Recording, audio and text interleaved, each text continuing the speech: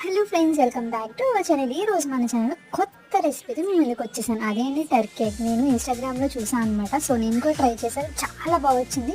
So దానికి మూడుగా మనం 2 స్పూన్స్ అనేవి పెరుగు తీసుకోవాలి, గడ్డ పెరుగు. అందులో కొంచెం చాప్ చేసిన వెల్లుల్లి వేసుకొని పెప్పర్ పౌడర్ కూడా వేసుకొని కొంచెం అది ఒక లేయర్లో ప్లేట్లో వేసుకోవాలి.